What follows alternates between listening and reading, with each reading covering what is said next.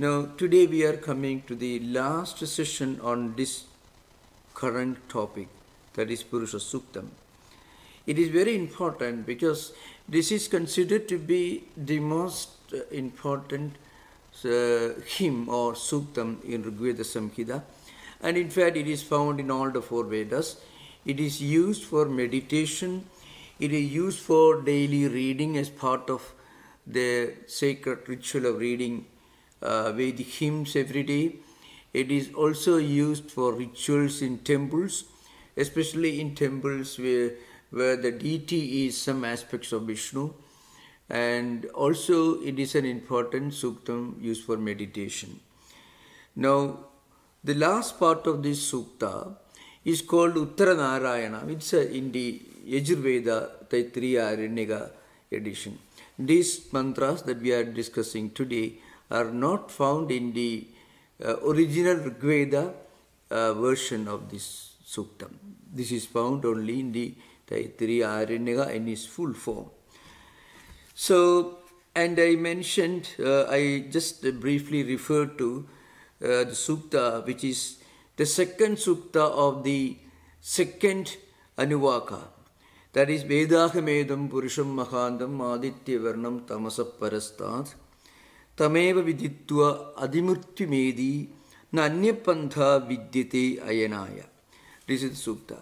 So, you know, at the very beginning we discussed how Purusha is interpreted as the divine reality present in everything in this world, present everywhere, still transcending everything. So it is the transcendental, it is the immanent, and also it is the omnipresent reality.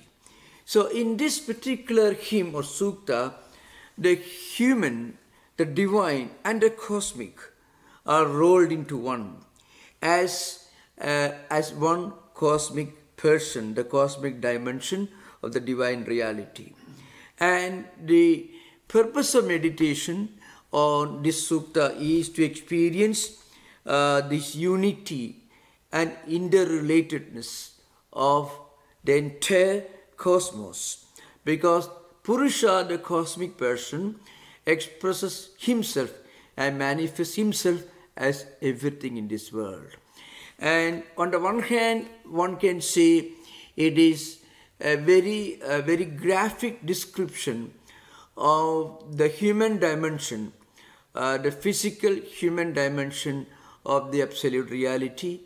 And on the other hand, one can say this is also a part of a meditative process.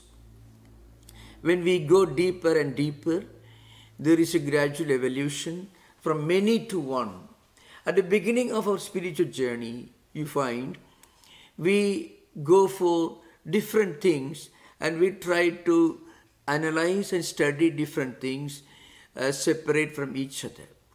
And then as our exploration progresses, there is a search for some underlying reality.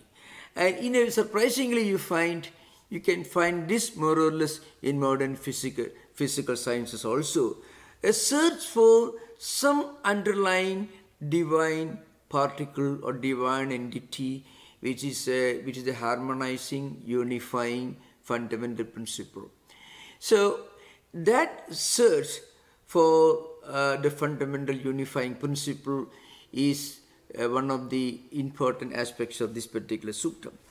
And in the last session we mentioned, the Vedahamedam Purusham Mahandam Aditya Varnam Tamasa Parastat. So Tamasa is the sixth case, that's Sashti Vibhakti, Tamasa Parastat, going beyond the darkness. Tama means darkness. Darkness also is a synonymous in a way with diversity. When we see things as separate from each other, it is darkness. When we see things in their interrelated dimension, and when we experience an underlying unifying thread, a unifying principle, it is light. So tamasa parasta means going beyond diversity and coming closer and closer to unity and oneness. Tamasa parastha, tamashilam vigarajadam tama tada parastha, siddham mahantam purusham aham veda. This particular interesting commentary comes from Bhattabhaskara, who mostly wrote on this particular Veda, because Bhattabhaskara is not credited with writing an elaborate commentary and then on the entire Rigveda Samhita as Sayanacharya did. Sayana was the one who wrote commentaries on all the Vedas. But Bhattabhaskara was more or less, he was an exponent of this Krishna Yajurveda tradition. So he says, Evam tam vidwan amrudo bhavati. So when we go beyond diversity, and when we experience unity and oneness within ourselves, spiritual unity and oneness within ourselves, harmony and interrelatedness within ourselves, then we become amrita, we become deathless. Not in the physical sense. We experience our own deathless, immortal dimension. And he says, Anya pantha ayanaya amrita prapte sadhana bhudona vidyati. There is no other mean, there is no other method, there is no other spiritual practice that can take us beyond darkness, beyond diversity, beyond ignorance. So ignorance, diversity and darkness, all these are synonymous. Immortality, light and self-enlightenment is the supreme goal. It is synonymous with light. So it is a very interesting commentary from Bhattabhaskara. And Sayanacharya says this experience was ultimately what enabled the great Rishi, who is the Rishi of this particular sutta, Narayana Rishi. Tatra mantradrashta, that is Narayana Rishi. The mantradrashta means the sage, the saint, who realized this in his own spiritual sadhanas, as part of his own spiritual experience. Sukhiyam dhyananubhavam pragadayadi. He is expressing, he is explaining, he is describing his own inner mystical spiritual experience. So this is very interesting. Now, why we recite this Purusha Suktam in many of our spiritual disciplines in Hindu temples, many traditional devotees, you find sometimes as a part of their daily reading, sometimes as a part of their what you call Sandhya Vandana. Sandhya means junction, morning and evening, dawn and dusk. When night becomes day, the junction, the joining point is called Sandhya, and the day turns into night, that is also Sandhya. So on these two occasions, many traditional devotees, they do some prayers, some rituals, and as part of their ritual, mostly in the morning, not in the evening, they recite this, because the ultimate purpose of all spiritual disciplines is to go beyond diversity, plurality, and experience harmony, unity, and oneness. In our own hearts, we experience this unity with the divine that is present everywhere. At the same time, that experience also helps us to practice that unity and oneness in the form of friendship, compassion, kindness, good feeling towards all fellow beings. So that is the importance of this Purusha Suktam, is a meditative practice. In the Suktam itself, the cosmic version becomes this created world through a meditative practice. This is something very interesting. In the Vedic scheme, God created this world through meditation. So, sankalpidavantaha, that is a word is used in the Sayana's commentary. I mean, yajnena ayajanta devaha, I mean, devaha ayajanta, the celestial beings, devas, the gods, they perform this ritual, and the performance of the ritual is compared to the divine being creating this world as part of his sankalpa, as a part of meditation. So this is an important sukta. Advyasambodha prithvirasa cha vishwakramana samavartadadhi tasyatushta vidhadhruvamedi tat purushasya vishwam ajanam agre. This again is a minor part of this evolutionary process. That means from water, the essence of this earth came into existence, and also from this cosmic existence, all these different beings, all the different worlds, all different levels of existence came into existence. This idea behind. Now we'll come to the third mantra of the second Anuvaka, which again not found in Rigveda but is part of Krishna Yajurveda, Taittiriya Aranyaka. Prajapadisharadi garbhe antaha ajayamano bagudha vijayade tasya dhiraha parijananti yonim marichinam padam ichchandi devaha. So here the all-pervading, the omnipresent nature and the immanent nature and also the transcendental dimension of Atman is described here. So Prajapatihi antaha garbhe charati ajayamanaha bahuda vijayade dhiraha tasya vedasaha yonim parijananti. That is Prajapati. So this cosmic person resides, garbhe means hridayakashe, in one's own heart. This cosmic person, this Atman, resides and moves about in our own hearts. And it by itself is unborn. Unborn doesn't mean birthless in its dictionary meaning. It's not a dictionary sense. But the meaning of unborn or ajayamana or ajam in Vedanta is different from what it literally means in the dictionary sense. But it means beyond all changes.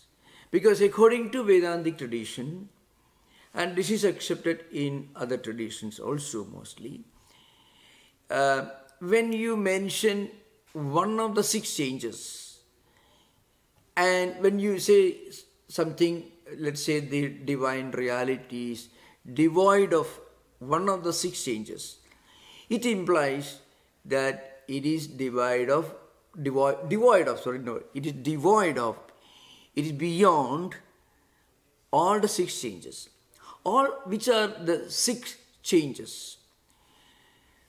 Birth, existence, growth, evolution, decay and death. These are the 6 changes that everything in this world is subjected to. Birth itself is a change from a state of empirical non-existence to a state of empirical existence. Then it exists for some time in one way, then grows, then evolution from one stage to another stage. The growth is called evolution. Then everything begins to show the signs of decay and then disappears, doesn't get destroyed, it reappears afterwards. So these 6 changes are called Shadvikaras in Vedantic tradition. Actually, this was for the first time mentioned by Yaska himself in his Niruktam in the 6th or 7th century BC. So, this Purusha, this Atman is unborn, means it is devoid of, it doesn't have this change called birth, which also implies it has no birth, no growth, no evolution, and no existence, of course, because existence itself implies something which comes into existence from a state of non-existence. Atman is always there. So it cannot come into existence. It cannot be born. It's always there. It doesn't grow and evolve because it almost remains the same. All the time it remains the same without any change in the past, in the present and future. Also it doesn't decay and it doesn't disappear. So this Atman is residing, fundamental Advaitic principle, in everywhere, in everything. At the same time, it is this Atman that makes everything function. That is why it said, Charadi, which moves about, activates everything in this world. And those spiritual seekers who realize this Atman, this unchanging, this omnipresent and immanent divine spark within their hearts, they are called Dhiraha. Dhi means Medha, knowledge, Jnanam, all these are different meanings of Dhihi. So Dhira means those who are endowed with this knowledge, realization, spiritual enlightenment. So they realize the presence of this divine within their own hearts as a result of that meditative process. And they eventually reach the source of everything in this Marichi. Marichi means Surya, Chandra, the sun, moon, stars, all these are synonymous with effulgence. So that spiritual seeker who realize this divine spark in their hearts, they reach the source of all that is effulgent, the source of effulgence, that is Atman, that is Jyotishan Jyoti, Atman Jyoti. Atman conceived as the light of all lights. So, in what way does it really help in our life? When we meditate on the cosmic unity and oneness of existence, with the source of all knowledge, all effulgence, that effulgence also begins to manifest in our hearts. When that happens, we are endowed with divine wisdom. We are able to look beyond, we are able to see through, we are able to get a grasp of the subtlest mysteries of existence and life. This wisdom is a result of meditation. Just as an inquiry in the external world may help a scientist to discover the mysteries of external universe.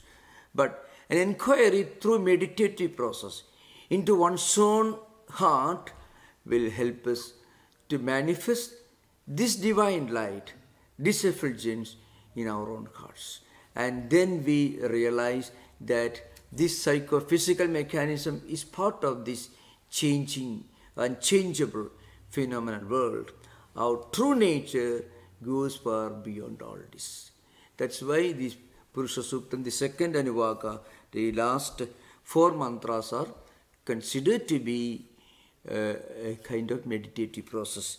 Idaditya gadam tejo jagad bhasayidi akhilam ye chandramasi chakno tat tejo vidhi mamakam. You find in the Bhagavad Gita itself, in the sun and moon and stars which give light to the entire world, that effulgence, that is also the effulgence of Atman. That effulgence comes originally from Atman, Atma Jyoti. Atman, or the inner divinity, conceived to be the all-effulgent, all-revealing light. So, that is the significance of this mantra. And then we have 2 more mantras. The 4th one is Yo devebhya atapati, yo devanam purohidaha, purvo yo devebhyo jadaha, namo ruchaya brahmaye. This also. So, this Atman, he reveals the Vedas to all the Devas. Yaha devebhya atapati. The one Atman which becomes a source of effulgence and enlightenment to Devas, to all the celestial beings. And also, who is the leader? Purohita. Purohita, actually, the literal meaning is, the one who takes the havis from the homa to different deities. So, Aknimele Purohitam Devasya Yamurtijam Khotaram Ratnadhatamam. the one who walks in front of us, Purohita, the one who leads us to our own spiritual destiny. So, this Atman is the Purohita, and he is the original, born long before Devas. And again, to that effulgence, the source of all spiritual light and knowledge, I pay my tribute, I pay my respects. This is just a pranama, means a hymn, a mantra that that is in the form of showing our respect, our sense of honor to that Atman. We recognize the presence of that Atman within our own hearts. You can find the same mantra in Svedasudara in a different way, the same idea. Yo brahmanam vidadhadi purvam yo vai vedamsa prahinodi tasmai tamkad devam atma buddhi prakasham mumukshurvai sharanam aham prapadye. Aham sharanam prapadye. I take refuge in the source of that divine light, the divine effulgence, Atman. Because it is this Atman that created everything in this world, that revealed the truth of Vedas to all the Devas, and to that Atman I pay my respects and I take refuge in that Atman. So this is the, again, these are all expressions which become part of the meditative process. The last mantra is Hrishchade Lakshmishcha Patnyo. Of course, before that, Rujam Brahmam Janayanda Deva Agrita Tabruvan Yastvayam Brahmano Vidyat Tasya Deva Asan Vashe. It's a little complicated mantra, so I'm just giving the prose order. Brahmam Rujam Janayanta Devaha Agre Tat Abruvan Yaha Brahmanaha Tu Evam Vidya Tasya Devaha Vashe Asan is the meaning. What it says is, the one who realizes this cosmic unity and oneness of existence and realizes the presence of the divine as the all-revealing, all-effulgent reality within his own heart, he identifies himself or she identifies herself with that divine reality.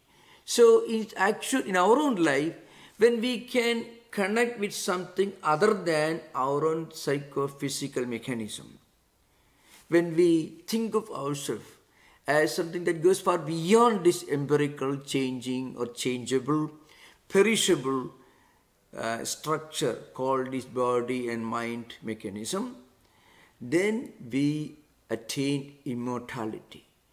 Because our true nature as Atman, we are immortal.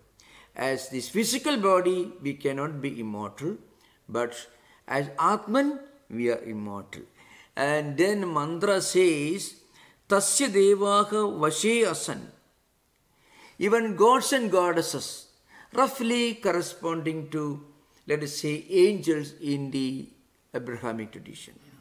Sometimes when we use the word gods and goddesses in the plural tense in English language, when we translate Deva as gods and goddesses, there is a possibility for misunderstanding. Roughly speaking, these Devas are more or less like the angels, with their close proximity with the divine, and also they exist in some celestial region other than this earth. And they manifest at their will in front of us to help us. You can find in the Abrahamic tradition also some divine being suddenly manifesting. You can find all this. Roughly corresponds to that, not the not the divine absolute reality, but angels. I mean, highly elevated souls, so to speak. So they also are not necessarily endowed with this supreme spiritual enlightenment.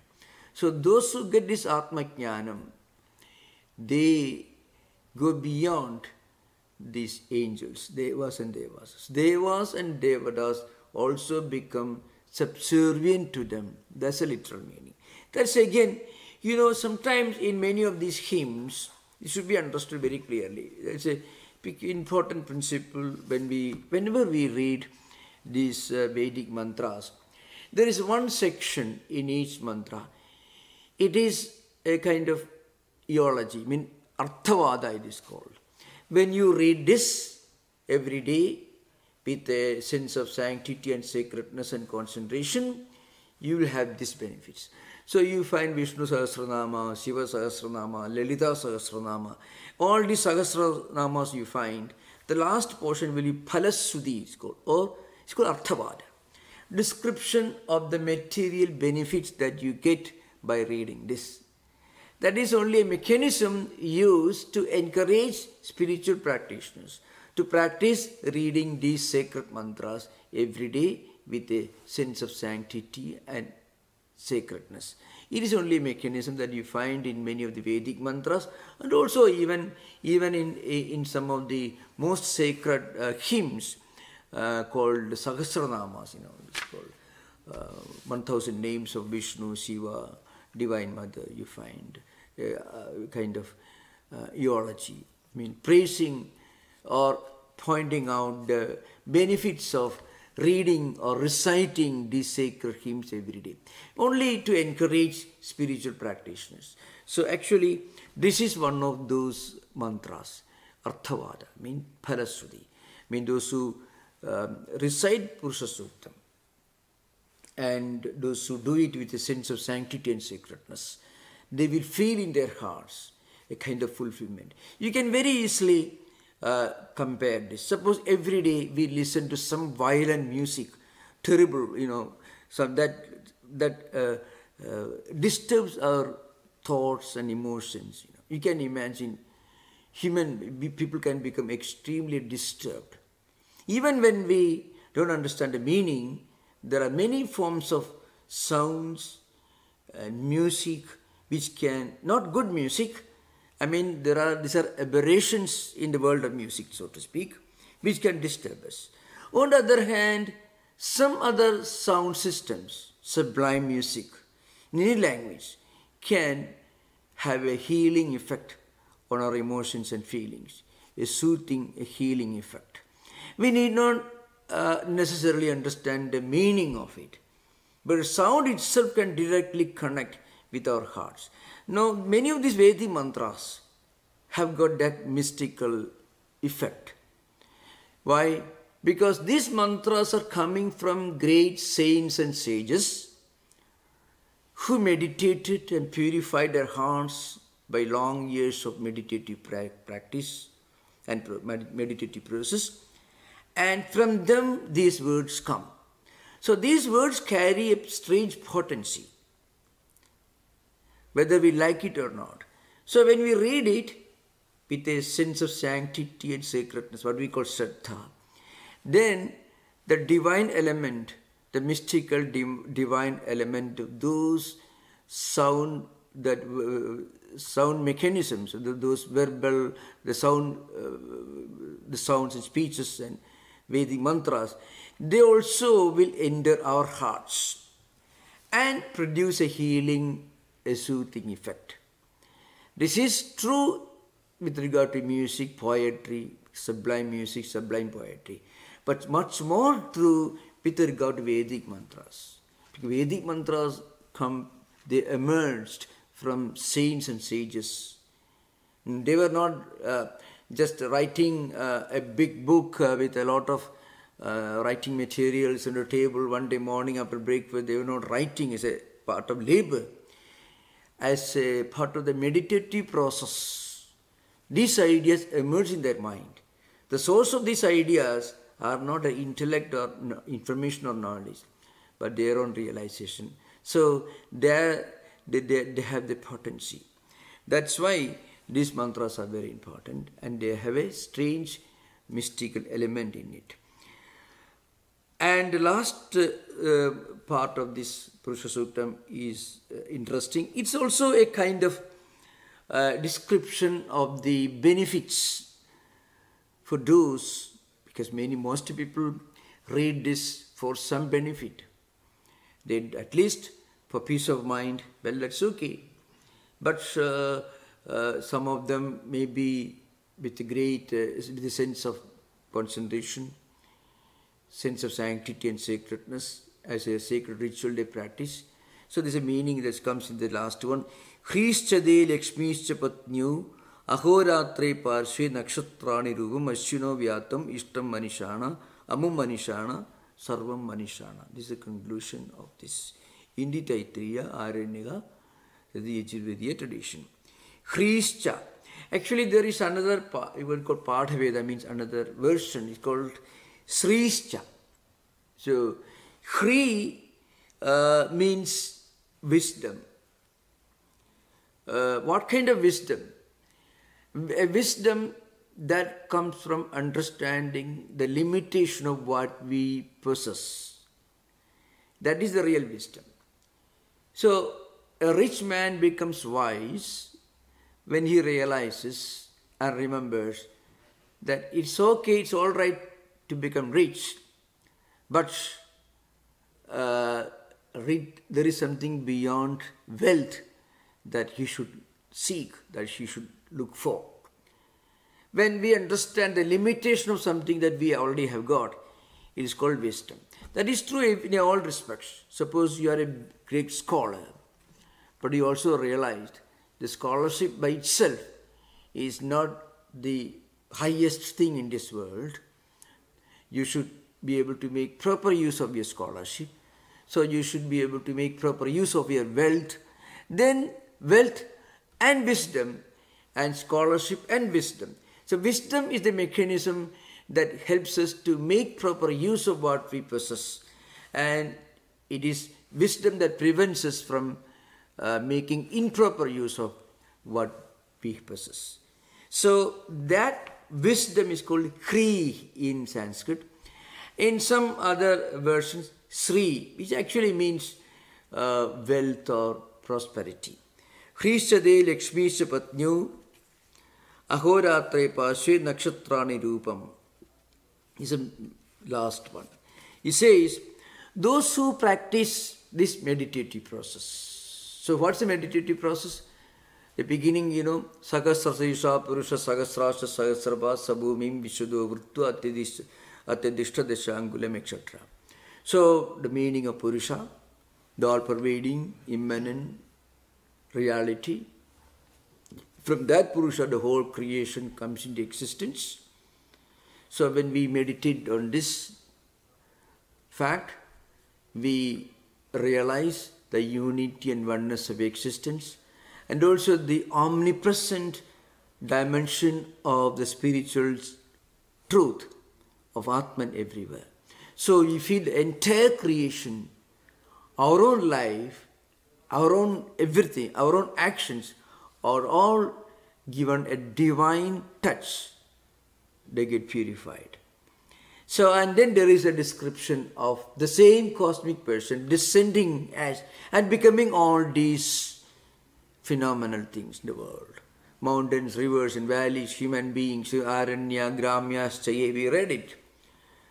The horses and animals living in forest and villages, and the Veda, all the Vedas, Yajnas, all our actions and thoughts, all these are the results, are the evolutes of the same Atman. Atman became all this. What we read in the Vedas or in philosophy, the different animals and human beings we meet with, the whole creation is one cosmic spiritual reality. And that cosmic reality is present in our own hearts. And when we realize this, that realization makes us better human beings. It gives us peace of mind within our own hearts. It also creates a kind of wisdom in our hearts that helps us in our interaction with everything and everybody around. So that wisdom is Hri. Hrischade Lakshmischa Patnyo. And now, here Lakshmi is the goddess of wealth. So, intellect, wisdom, and also wealth, material wealth. All these are two wives or your two wives is again a poetical description. The sublime imagination, allegory, imagery, all are found here. A very wonderful, unique, poetical expression of the evolution of this universe from one spiritual source, and also the omnipresent, immanent dimension of the same absolute reality, and how we are benefited. Not everyone who reads Purusha Suktam or meditating on Purusha Suktam may be seekers of the highest spiritual realization. People want wealth, they want success, they want prosperity, they want happy life in this world. That is perfectly justified. Don't ever imagine that all those who read the Vedas are looking for Advaita. Nothing, that's totally wrong. Most people, the majority of people reading the Vedas, or anyone who reads the Psalms, going to churches, they are not always looking for living in close proximity with God or Christ. They'll be happy if they get a good life in this world, health and little money, job, security. That's enough. That's what people are normally looking for. So even their needs are considered with all seriousness in the scheme of this Purusha Sukta. You can imagine. So not an average person who is looking for happy family life, wealth, and also education, knowledge, and everything going on fine. That's normal. That's the requirements of every ordinary spiritual seeker. Don't ever imagine that everyone wants only the nirvana that Buddha sought and nothing else. No, it doesn't happen that way. There are not too many Buddhas in this world, fortunately or unfortunately. So the point is, for the normal persons who are reading the Vedas or any sacred sacraments or hymns or psalms or prayers in any tradition, they're all people living in this world looking for peace of mind. They want to solve their problems. So for them it is said, if you read the Purusha Suktam, if you meditate on the cosmic unity and oneness, then you will get knowledge, wisdom, and also plenty of wealth. It's again Arthavada. It's called, it's a kind of description of the material benefits that anyone who practices these spiritual disciplines will get. It's a part of the Vedic scheme, the traditional Vedic scheme of conclusion of a spiritual poem, it's called. And again, and day and night are two parts of your two parts, and wisdom and prosperity are your two wives, and the stars and the heavens, this earth, the celestial regions, they're all your open mouth. Second description. And please make sure that our needs are fulfilled. See, for example, Ishtam Manishana. Ishtam Manishana means, please bless us with what we are praying for, what we are looking for. It may be prosperity or long life or whatever it is. Amum Manishana. Amum here means knowledge, spiritual realization. So, secular prosperity, wealth, all these which are necessary for all people, plus spiritual wisdom. These two important goals are indicated here. That's what every spiritual seeker looks for. And later on, when he is endured with enough wealth and material prosperity, plus a sense of righteousness, propriety, because he gets wisdom, then one day that person will realize, well, this material wealth is all impermanent, not so at all transitory. So at that stage, that person may start looking for higher spiritual wisdom. That's a time for renunciation. Renunciation doesn't come at the very beginning. It comes as a part of our evolution. Evolution extending beyond just one life cycle, many life cycles. That's why Ishtam Manishana. Please bless us with what we are praying for, Amum Manishana. And then Sarvam Manishana. And again, the last prayer, Sarvam Manishana. Sarvam means Sarvatmagatvam. The realization, that the same Atman is present everywhere. I mean, the spiritual unity and oneness of existence. That realization also, please bless us with that realization. This is the last part of the sutta. So now I think we have concluded this Purusha Suktam. You are most welcome to ask questions if you have got questions. And because we are concluding this section, this topic today, and then we will begin with another important topic. I will most probably will discuss another very important Suktam, the same Rigveda Samhita, which is very famous. It's called Nasadiya Suktam. The hymn, the creation, hymn or hymn of creation. It's also highly philosophical, highly mystical. Mostly we deal with only Upanishads and Gita and Brahma Sutras, other books. But these Vedic hymns have a divine music and a divine philosophy behind it. That's why I thought some of these mantras should be introduced. So you are most welcome to ask questions. Most welcome. Thank you. Yeah. Swami, what's the difference between Vedic mantras and Tantric mantras? Oh yeah.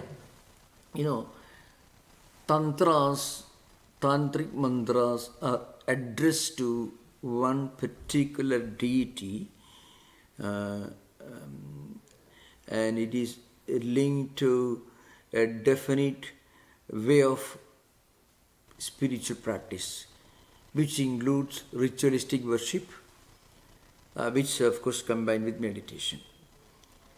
In a way, tantras cannot be totally separated from Vedic tradition, but still they are later. They are mostly linked to different deities. For example, Purusha Suktam. In Purusha Suktam, Purusha is not a deity in that sense. For example, you can find different tantras, Shaiva Tantra, Shakta Tantras, Vaishnava Tantras. In all these tantric traditions, one aspect of Divine Mother or Shiva or Vishnu are considered to be the deities.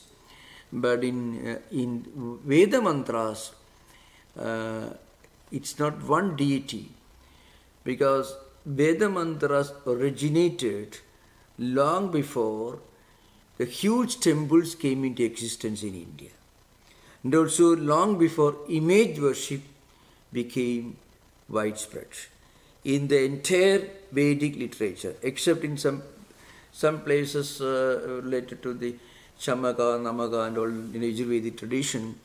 Rigveda Samhita, which is the most original and also the oldest Vedic document, you don't come across any reference to a kind of temple worship or any kind of formal worship of a deity. But tantras are all about the formal ritualistic worship of a deity. So tantric tradition is of later origin. Vedic tradition is much older. That's the difference. In many tantric rituals, Vedic mantras are used. No doubt about it. That's true. But you have to remember, tantric tradition came into existence after image worship became very, very popular, and also the huge temples were constructed. If you look at Indian history, you find in the Samhita portions of even Yajurveda or Rigveda, you don't come across any descriptions of temples. There are descriptions of Vedic scholars participating in Vedic rituals. Called Hoda is a priest who represents Rigveda, Udgada is a priest who represents Samaveda, Adharyu is the priest who represents Yajurveda, and Brahman is the priest who represents Atharva Veda. But their role is limited to performing these rituals, mostly fire sacrifices, sacrifice ceremonies. You don't find huge temples during the early Vedic age, which corresponds to Rigveda Samhita. But Tantric traditions became popular after temples and image worship became widespread and became part of Hindu tradition. Okay. So there weren't images in the Vedas. They didn't have gods with image, like God or gods didn't have images in the Vedic period. That is true. That is true. In Vedic tradition, the ritualistic worship of a deity in a temple, in a big constructed temple, was not there during the early Vedic age. Vedic age is divided into early Vedic age and later Vedic age. During the early Vedic age, which Veda Samhita is related to, there was not this kind of temple worship. So it's a later origin. It's important. Tantric traditions are mostly linked to image worship and temples. But Vedic tradition, no. Even now you find there are many people who don't, who they go to temples, but they give more importance to the Vedic ritualistic practices. That's an important thing to remember. Mostly nowadays they're all merged into one, there is no clear distinction. But we look at the evolution of Hinduism into religious practices. During the early Vedic age, there were these huge temples that did not exist. They were later origin. Yeah. How much is the use of Bija mantras? Is that exclusive to Tantra? Now, Bija mantras mostly taken from Vedic tradition. You see, Bija mantras are taken from Vedic tradition, but they are linked to different deities. So, it is Hindu societies, Hindu family traditions in different places of India worshipped the divine in so many different ways. But there was only one unifying thread, that was Vedic tradition. Tantric tradition was not uniformly found in all parts of India in the same manner. You find Swami Vivekananda himself, when he traveled all over India, Swamiji's travels represents a very interesting phenomenon in Indian history. After Shankaracharya in 8th century, we don't know much about those times, or we don't know as much about those times as we know about Swami Vivekananda's times.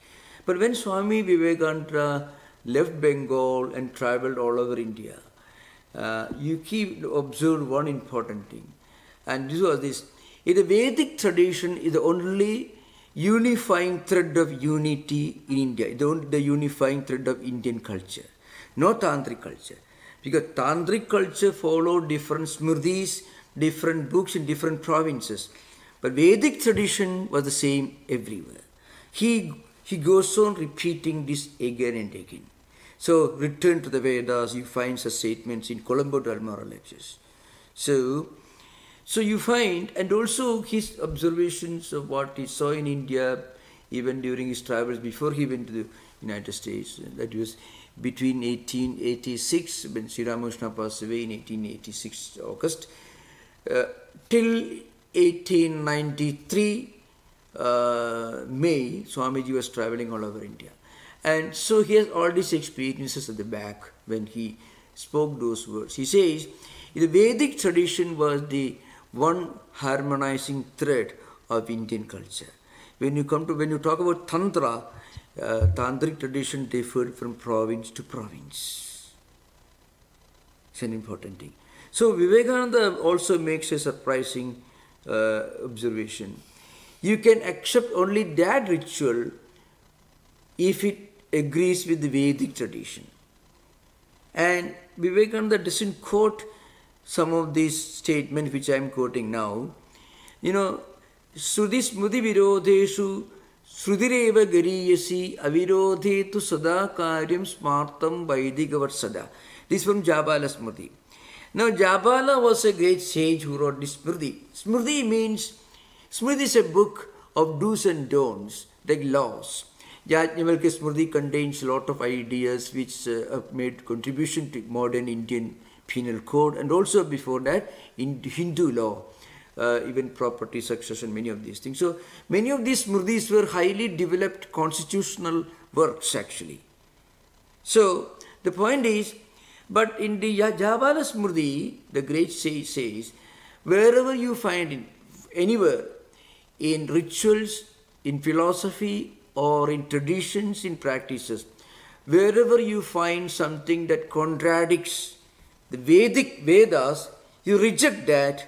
Whatever is agreeable to Vedas is acceptable. The rest should be rejected. And there is a much more powerful statement in Vyasa Smriti. So this Smriti Purananam Vidodho Yatra Drishyade Tatra Saudam Pramanam Syat Toyo Dvaidhe Smritirvara.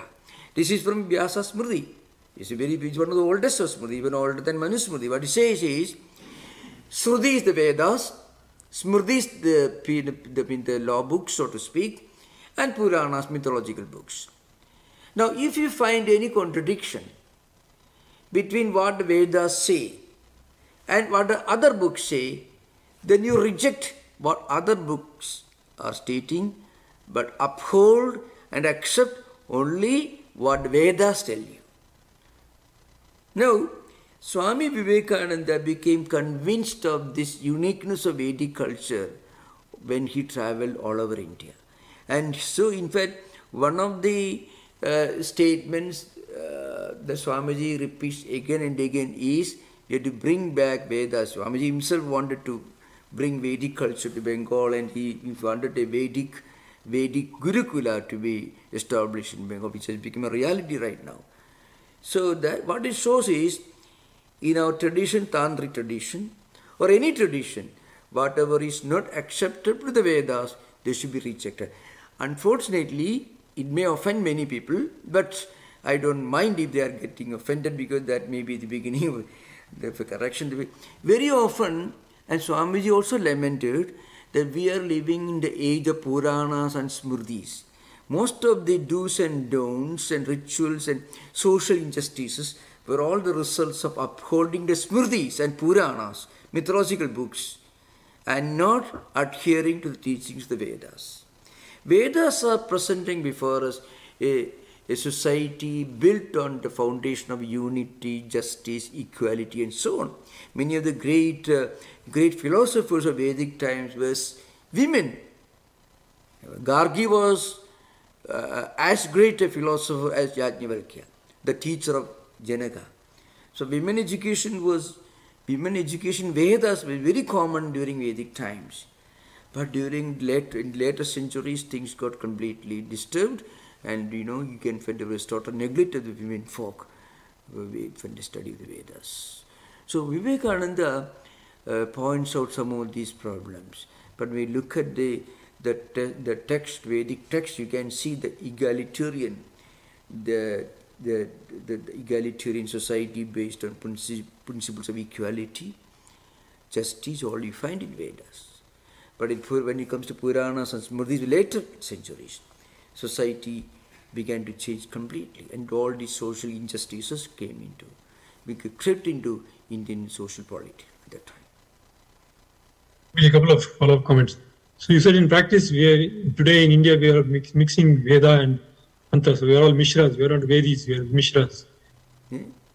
The second comment is, is employment of mudras, is it exclusive to Tantra, or is it employed in Veda as well? Mudra. There are 30 to 34 mudras in different places.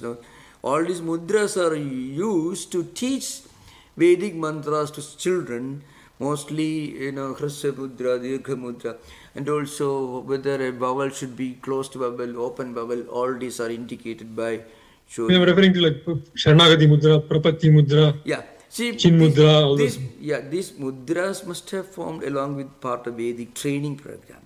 Just like, the 10 different types of Vedic teaching, Vikriti is called, Jada, Mala, Ghana, and all that. So as part of different ways of memorization of Vedic mantras, these mudras came into existence because mostly it was an oral tradition, not reading a book or a manuscript, but Vedas were studied and taught orally without the help of a book.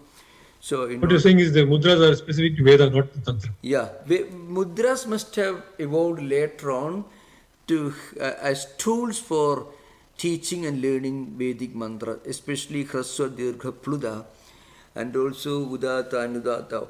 All these lengthening of vowels, which are very, very important in Samaveda and Samagana and all that. So, the mudras must have come into existence as part of that process of rote memorization.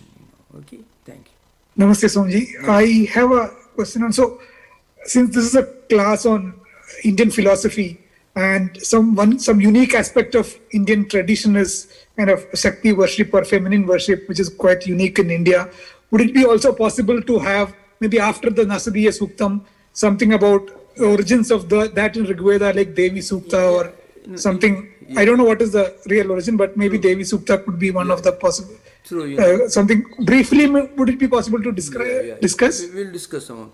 In fact, the Rigvediya Devi Suktam is very important, and which also is, which again, it also, even the Rishi herself is a woman.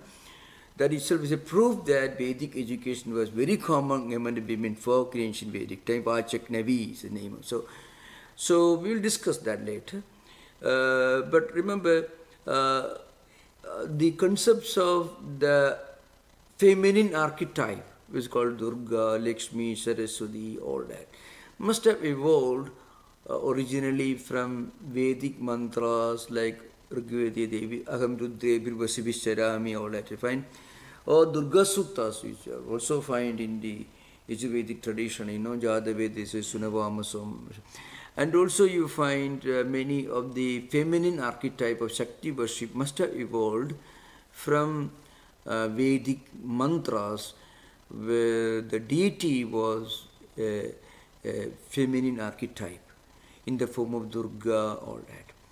But worshipping in a temple with all the rituals, that must have originated in later centuries, long after the early Vedic age. So that is the explanation we can think of. Thank you. Thank you. It will be great to listen to some of those suktas and how it is in the Rigveda or Yajurveda or both. Of course, we have some restraint because we are focusing on one philosophical aspect of it. So, to the extent it is possible for us to accommodate that within our own scheme topics, we will certainly try to think. Sure. Thank you. Yeah, I have another question, Swami. I'm just curious. So I wanted to follow up more about image worship and the Vedic period, and just, did they not, there was worship, but would they just worship something like fire? Or, what did they not have deities at all? I'm just curious. Yeah. Excuse me, Maharaj. I want to add that there was a comment on this in the Zoom chat. C. Gopinath wrote, image worship is said to have come into Hindu practice from Buddhism. So obviously these questions are in the air from some of us. So Swami Vivekananda makes an observation. He gives his opinion, just a view for us to think over. He says, Swamiji, for example, says, many of the huge temples came into existence due to the influence of Buddhism. That's what Swamiji says. It could be very well true, but as for David's question, the concept of God, image worship in the Vedas, in the earliest Suktams of Rigveda Samhita, the idea of connecting with the divine was always in the form of offering something on burning fire, Homa Agni it is called. So, Agni was considered to be the messenger. So, messenger, the vehicle which took your offerings to different deities. So, in the Sayanas, in the commentary of Sayana, I think, Agni Mile Purohitam Yajnasadeva Murtisam Kotaram Ratnadhatamam. You see, so he says, Yajnavahanam. That's how Agnim Yajnavahanam. So Sayanacharya considers Agni was a vehicle or a messenger who takes your offerings to different deities. So, and also long descriptions of different yajnas and yagas in some of the Karmakanda portions of the bigger Upanishads like Chandogya and Brihadaranyaka show that their concept of worshipping the divine was always in the form of meditation, which is called Upasana. It's called Vidya. 108 Vidyas are mentioned in the Vedic literature. Vidya means Upasana. Upasana means a meditative process. So, I can give just one example. In the Taittiriya Upanishad, it comes in the Krishna Yajurveda, there is an interesting paragraph where a child goes to his father and asks him, please teach me the knowledge of Brahman. So, Bhrgurvai Varunihi Varunam Pidaram Upasasara Adhihi Bhago Brahmedi. That's where it begins. It's called Varuni Vidya. It's a meditative process. So, a small boy, his Varuni means Varunasya Putra, Varunasya Apatyam Bhuma. I mean Varuna's son. Varuna is the name of an old rishi, sage, and his son, Bhrigu, went to his father and asked him, please teach me the highest spiritual truth. And then what the father tells him is, Annam pranam chakshustotram mano vachamiti yato va imani bhudani jayante yena jatani jivanti yet prayan abhisam visanti tad vijñāsasva tad brahma. That's how the Advaita begins. So the father told the son, you think of all these matter, senses, the world, the phenomenal trees and mountains, all, where do they come from? And what sustains them? And finally, where do they get dissolved into? Find out that tapasa brahma vijñāsasva. Through tapas, mean meditation, you understand, you realize this Brahman. And then Bhrigu goes on meditating in 5 different stages. Finally, he reaches he realizes the Brahman. Now, you can also find in the Tattvamasi teaching of 6th chapter of Chandogya Upanishad, or everywhere you find a teacher. It may be a king like Janaka, Ashwapati, another king. Sometimes kings are teachers. Kings teach the Brahmins. Brahmins also teach kings. You can find all this. They are teaching in the form of discussion, different forms of meditative practice. And these meditative practices were called Vidyas. So Varuni Vidya, there were all kinds of Vidya, Dahara Vidya, Bhuma Vidya, all these Vidyas were different forms of meditative practices. You never come across an instruction, go to the temple and pray there, nothing of the kind. In the early Vedic scriptures. So, I think it must have taken several centuries for the tradition of image worship and temple worship imagine. That's why even behind the temple worship also there is a great Vedic symbology behind. You worship an image, use an image or a photo, whatever, maybe a pratika or a pratima. Pratima or pratika. Pratika is a symbol, pratima is an image. You use it for what? You invoke the all-pervading divine energy into that image, into that photo, whatever you are worshipping. And then you utter mantras. And finally, you are expected to feel the presence of that divine within your own hearts. So image is a tool, an instrument for eventually realizing the presence of the divine within our own hearts. That's an important thing. So there also you can find the Vedic connection, the spiritual connection. All temple practices, all temple rituals are meant to take us beyond them. They are not the highest, but they are needed. You can imagine, for example, without the churches, Many of these spiritual practices connected with the Catholic religion or any religion would not have existed, would not have survived. Without the synagogues, the tradition, great tradition of Judaism would not have survived. But these establishments are necessary. But from a Vedantic perspective, they are important, they are necessary. But eventually we should be able to feel the presence of God even outside the temple, outside the church walls, within our own hearts. For that, we need temples, churches. But the final goal is to feel the presence of the divine even outside, not only within the walls of temples or churches. So you can see even the different forms of image worship eventually were designed to help us to realize the divine within our own hearts. Just like Purusha Suktam you find, Purusha Evedam Sarvam can find. So, Yad Bhudam Yaccha Bhavyam, whatever belongs to the past, the future, the present, all these Purusha only in different manifestations. So that divine inner experience is the ultimate goal. So all rituals, all mythologies, all philosophical ideas are so many ways to prepare us for this highest experience, to transcend the world. So, Maharaj, I was fascinated by the history of the commentary on this, and you mentioned that one of the commentators focused on the unity of the human, the divine, and the cosmic. yeah. And I was wondering how central to the commentaries that commentary was to the development. You mean, the commentary by Bhattabhaskara on Vedaham Yes. Oh, yeah.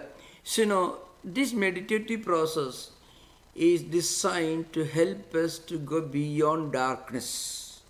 So, tamasa parastha, tamasilam vigara jadam.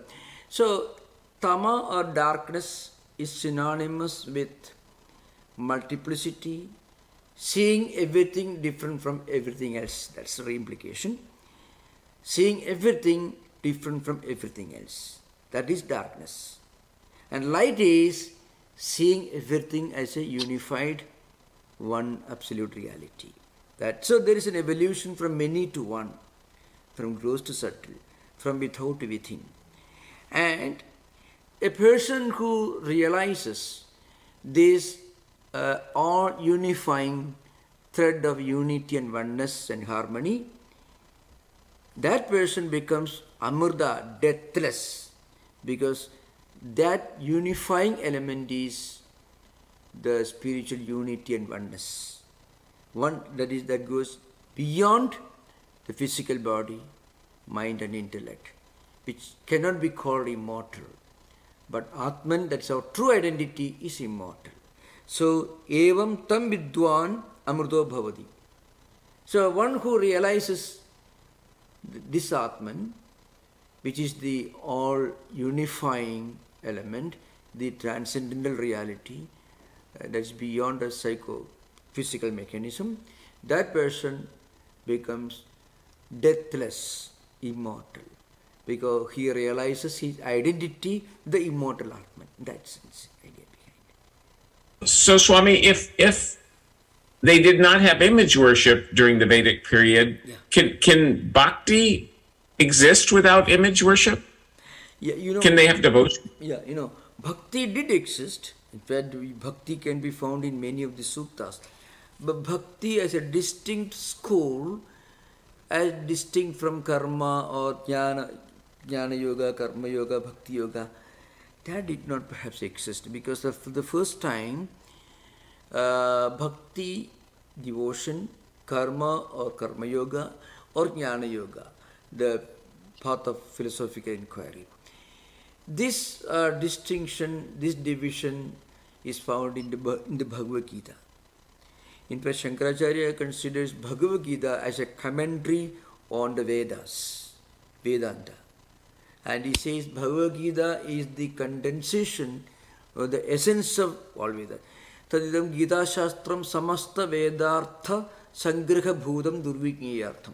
So Bhagavad Gita is the condensation of the essence of all Vedantic or Vedic knowledge. So you find the highest Vedantic philosophy in the Gita. At the same time, these three means are clearly recommended, chalked out. That is the path of action, path of selfless action, the path of devotion, and also the path of philosophical inquiry. So in the Samhita, which is the original part of Vedas, you don't find any mention of Karma Yoga, Bhakti Yoga or anything.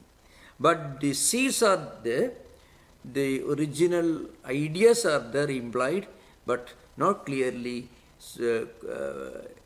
expounded with so much of clarity as in the Bhagavad Gita.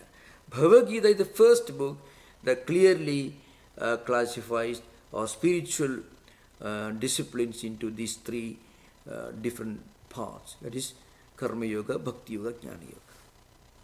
So what kind of devotion could one have to a deity if one didn't have an image? Like how could anything exist other than the Jnana Marga if one can't have an image? Yeah, so I think Bhakti element, for example, Indra Suktam, even this, what we call, just now we mentioned Devi Suktam, actually it is from Rigveda only. I mean, the Rigveda Devi Suktam. So the Devi or divine archetype is considered to be the all-pervading reality. Agam Rashtriya Sangamani Vasunam Chigudushi Prathama Yajnanam. You find all this. You can find Rigveda Devi Suktam. So that divine reality, mother is Rashtriya Sangamani Vasunam Chigudushi Prathama Yajnanam. She resides the hearts of all living beings, and so she deserves to be worshipped. First of all, the beginning itself. Or you find Prathama Yajnanam. Yajnarha means in a pujarha. So those who deserve to be performed yajna in the name of means that divine mother deserves to be worshipped first. So from that concept of deserving to be worshipped through a yajna, through a Vedic ritual, maybe bhakti must have developed gradually. So they would actually use like maybe fire or something like a stone to worship instead of like the image, like in our tradition we have Sri Ramakrishna image, and then we also have the homa fire. Would they like maybe just use the homa fire as an image? I mean, to meditate on. Homa fire was of course a common thing during Vedic time. There were 14 types of Vedic rituals, Sapta Havir Yajna, Sapta Soma Yajna, already described earlier on many occasions. In all these there was homa fire. And now you can see, for example, in the Rigveda, in the Purusha Suktam itself, Trisapta Samhita Kradaha you find this, the 7 and the 21 elements necessary for the Vedic rituals are symbolically implied here in this particular mantra. So it seems that Vedic sages had their own devotion to different deities, and they were not, in some mantra, in some Vedic hymns, they were praying not necessarily for spiritual emancipation but for material needs. So long life, Bhuyasya Charadashatat, you can find those who were praying for long life, for progeny, for prosperity, for wealth. Many of these mantras are not necessarily for the highest spiritual emancipation, but for fulfillment of the material needs. So many of these mantras were uttered addressing different deities: Indra, Varuna, Agni, Madarishwa, Dyava, Prithvi, and Soma, and so on. So they had this kind of self-surrender idea. From that, for example, Rudra. Rudra became Shiva. Durga, Durga Suktam is there, the Vedic Samhita itself is there. Became Durga, Divine Mother. Concept came into existence, you can find. Also, Vishnu is there. Vishnu Suktam is there, it's also in the Vedic literature, Vishnu Suktam is there. From that, the Vishnu, the deity, came into existence gradually. It have taken several centuries. So we have to remember the antiquity of Vedas should be understood.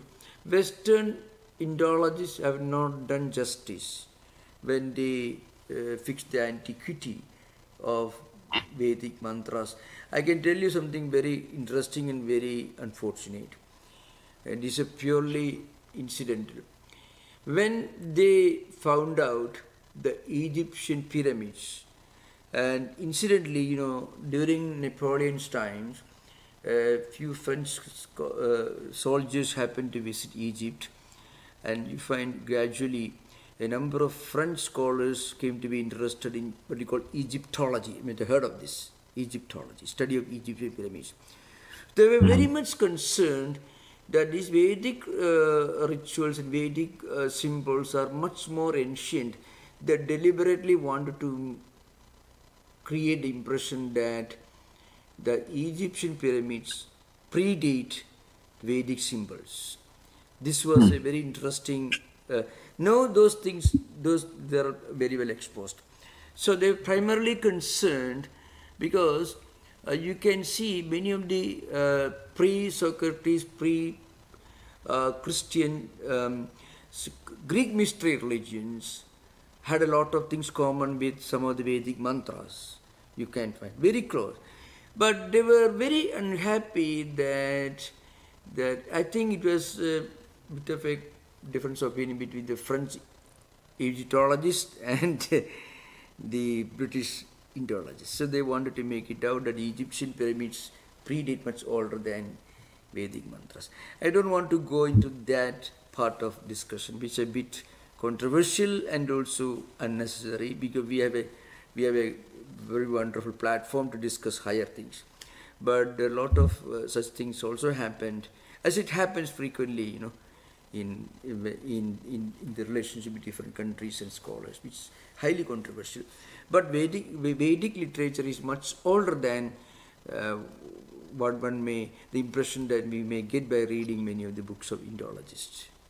Did Atma Jnana originate in India with the Vedas? Is that the first time humanity ever? Yeah, the very idea never existed anywhere outside the Vedic tradition.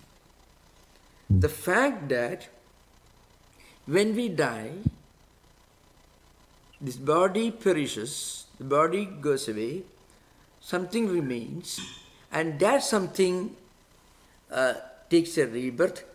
That idea did not exist anywhere outside religious traditions of Indian subcontinent, including Buddhism included. Buddhism also originally from India. So this is an important thing to remember. The idea that we are something other than this psychophysical mechanism, there is something within this body, something that doesn't disappear with the body, which is actually omnipresent and immanent, transcendental. That idea never existed in any tradition which are the origin outside Indian subcontinent, as a matter of fact. Om Shanti Shanti Shanti Harihi Om Tat Sat Sri Rama Krishnarpanamastu.